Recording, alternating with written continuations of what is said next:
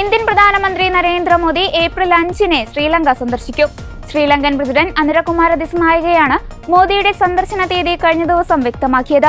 ദിസനായകയെ കഴിഞ്ഞ വർഷം ഇന്ത്യ സന്ദർശിച്ചപ്പോൾ ഉണ്ടാക്കിയ കരാറുകളിൽ അന്തിമ തീരുമാനമെടുക്കുന്നതിനാണ് മോദി ശ്രീലങ്കയിലേക്ക് പോകുന്നത്. സന്ദർശനത്തോടനുബന്ധിച്ച് ശ്രീലങ്കയിലെ സാംബൂർ സോളാർ പവർ സ്റ്റേഷൻ മോദി ഉദ്ഘാടനം ചെയ്യും. സിലോൺ ഇലക്ട്രിസിറ്റി ബോർഡും ഇന്ത്യയുടെ NTPCയും ചേർന്ന് 2023-ലാണ് 135 മെഗാവാട്ട് സൗരോർജ്ജ നിലയം സ്ഥാപിക്കുവാൻ തീരുമാനിക്കുന്നത്. രാജ്യത്തിന്റെ സുസ്ഥിരത കണക്കിലെടുത്താണ് പ്രധാനമന്ത്രി മോദി ശ്രീലങ്ക സന്ദർശിക്കുന്നതെന്ന് ദിസനായകെ പറഞ്ഞു. ദ്വീപ് രാജ്യത്ത് സൗരോർജ്ജ നിലയങ്ങൾ സ്ഥാപിക്കുന്നതിന് ശ്രീലങ്കയും ഇന്ത്യയും കഴിഞ്ഞ മാസം ധാരണയിലെത്തിയതായി ആരോഗ്യമന്ത്രി നളിന്ദ ജയതിസ അറിയിച്ചു.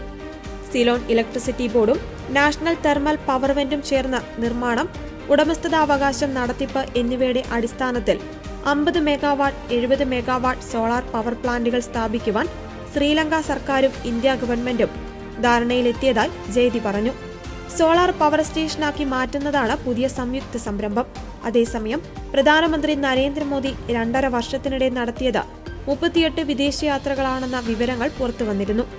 ഈ യാത്രകൾക്കെല്ലാമായി ആകെ 258 കോടി രൂപയാണ് സർക്കാർ ചെലവഴിച്ചത്. 2023 ജൂണിൽ US-ലേക്ക് നടത്തിയ യാത്രയിലാണ് ഇക്കൂട്ടത്തിൽ ഏറ്റവും ചിലവേറിയത്. 22 കോടി രൂപയാണ് ഈ യാത്രയ്ക്ക് ചിലവായത്. രാജ്യസഭാ പ്രതിപക്ഷ നേതാവ് മല്ലികാർജ്ജുൻ ഖാർഗെയുടെ ചോദ്യത്തിനായിരുന്നു മന്ത്രിയുടെ മറുപടി. കഴിഞ്ഞ 3 വർഷത്തിനിടെ പ്രധാനമന്ത്രിയുടെ വിദേശയാത്രകൾക്കായി ഇന്ത്യൻ എംബസികൾ ചെലവിട്ട തുകയുടെ വിശദമായ കണക്കാണ് ഖാർഗെ ചോദിച്ചത്. ഓരോ യാത്രയിലെയും ഹോട്ടൽ സൗകര്യങ്ങൾ, സ്വീകരണങ്ങൾ, ഗതാഗതം തുടങ്ങിയവയുടെ ചെലവുകൾ പ്രത്യേകമായി നൽകാനും അദ്ദേഹം ആവശ്യപ്പെട്ടിരുന്നു.